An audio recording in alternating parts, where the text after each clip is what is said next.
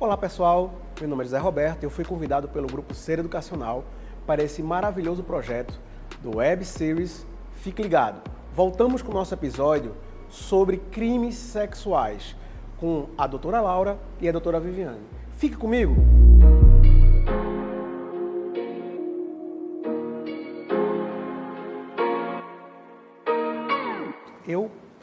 Pela conversa de vocês, eu queria tocar num ponto que é bem mais polêmico. O agressor. A gente tem que pensar como vamos lidar com o agressor. Como vamos tratar o agressor. Então, eu queria ouvir de vocês como nós devemos lidar com o agressor. Porque durante muito tempo, e claro, a gente sempre pensa na vítima, mas é preciso pensar em como não reincidir, em como não fazer esse agressor voltar a delinquir ou voltar a prejudicar pessoas. Como nós podemos ajudar para que o agressor ele não se torne um reincidente, uma pessoa que venha a ser um abusador quanto mais? Acredito que uma das causas primárias e resolutivas seja a sentença. Porque a gente pode colocar como na função de doente, de um distúrbio, até o ato que ele não fez, que ele tem vontade, que ele não sabe lidar com essa personalidade, aí a gente vai tratar como uma pessoa que precisa de recursos. A partir do momento que ele efetuou o crime, que é um crime, ele deve receber uma sentença.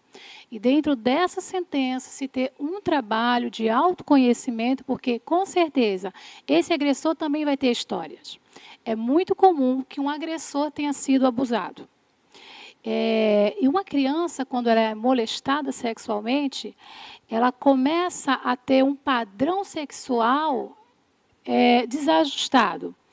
Tem o conhecimento sexual precoce, tem a masturbação precoce, tem o desejo sexual muito descontrolado e também ele não sabe se ele quer se relacionar com outra pessoa do mesmo sexo, de sexo oposto, se ele quer se relacionar até com objetos, porque fica tudo muito confuso. A partir do momento que eu entendia sexo de uma forma, ele foi violentado na sua estrutura psíquica, então ele não sabe mais o que é certo e o que é errado. Então, aí é muito comum que o agressor ele também tenha sido abusado. Mas a sentença, a culpa, ela tem que ser realmente aceita, recebida, e dentro disso fazer um trabalho de autoconhecimento com ele, uma análise, mas a sentença ela deve ser dada com toda certeza. Doutora Laura, juridicamente, como nós vamos lidar com uma pessoa que é o autor, a autora de uma violência sexual? O encarceramento, é medida de segurança, como a gente vai lidar com ele? Então, José Roberto, como a gente bem sabe, o Estado ele não se presta apenas ao papel de ser repressor. Isso não sou eu que estou dizendo, isso é a nossa própria Constituição, isso é o nosso Código Penal. A pena, ela não se presta apenas a ser repressiva, mas ela é preventiva também. E quando a gente fala desse tipo de situação, eu, enquanto profissional, que já trabalhei e trabalho na área de direitos humanos, eu não consigo conceber um poder judiciário desvinculado de outras áreas. A gente tem que pensar o direito inserido num contexto multidisciplinar. Se a gente está falando da necessidade de uma execução penal, essa execução penal ela precisa ser feita dentro dos moldes multidisciplinares, cuidando não apenas de um encarceramento.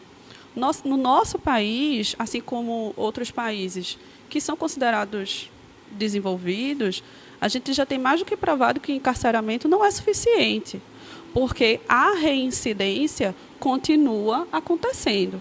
E cabe ao poder público, quando da realização de políticas públicas, cabe ao Poder Judiciário, quando da persecução penal e, porventura, da realização de uma sentença, da prolação de uma sentença criminal, ter esse tipo de entendimento.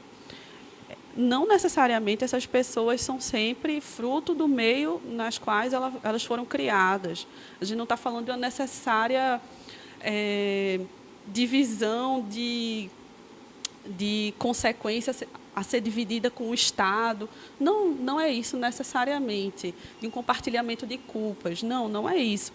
Mas o Estado, ele não pode voltar a apenas o seu poderio contra o cidadão, contra a sociedade, no viés apenas repressor, porque isso já está mais do que provado que não tem nenhum tipo de eficácia. Os números de crimes vão aumentando. Muitas vezes os crimes sexuais são praticados por pessoas que estão ao nosso lado e a gente não tem a menor ideia. Então, como é que a gente vai simplesmente se preocupar com esse tipo de encarceramento? Porque quando a gente está falando, por exemplo, de justiça restaurativa, na justiça restaurativa a gente sabe muito bem que aquela pessoa vai ser presa e quando ela termina de cumprir a sua pena, ela volta àquele convívio social. E como é que vai ser construído aquele convívio social? Porque ele vai voltar para a mesma comunidade no qual houve a violação.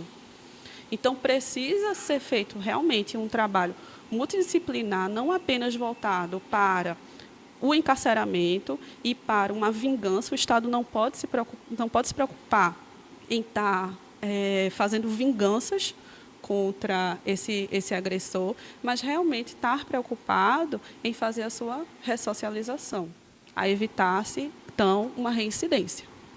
Professor, eu gostaria de ressaltar, dentro da sua pergunta, que há pessoas que não têm mudança.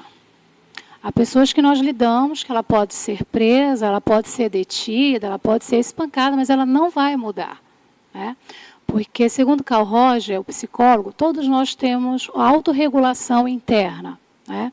Que se o ser humano quiser, com essa volição, que é a vontade do sujeito, ele pode fazer tudo o que ele quiser, mas o que ele quiser. Então, muitos não querem mudar, querem continuar. E essas pessoas, assim, elas vão ser soltas, elas vão infringir novamente, elas vão ser presas novamente, até que elas morram. Infelizmente. Então, não é que, vamos fazer isso, essa medida preventiva. Ela não é para todos, infelizmente. Outro dilema que eu percebo nos crimes sexuais é o preconceito, não é? E o esporte já é um local de preconceito. Hoje eu estava lendo que aquela ex-jogadora Marta recebe muito menos do que o Neymar, por exemplo, não é? Então, o esporte por si só já é um ambiente preconceituoso. E aí a minha pergunta é muito simples. Como lidar com esse preconceito e os crimes sexuais? Se a mulher já é vítima de preconceito, a exemplo no esporte, como é que a gente pode tentar pensar numa solução para esse preconceito e para ajudar a mulher a ter mais coragem de denunciar a violência sexual? Acredito que o final do preconceito é sempre com a luta, né? Sempre resistindo, sempre indo à frente, sempre provando que é capaz, né? E a mesma fala para os pais, para os responsáveis, somos nós que dificultamos a vida do abusador. Tá?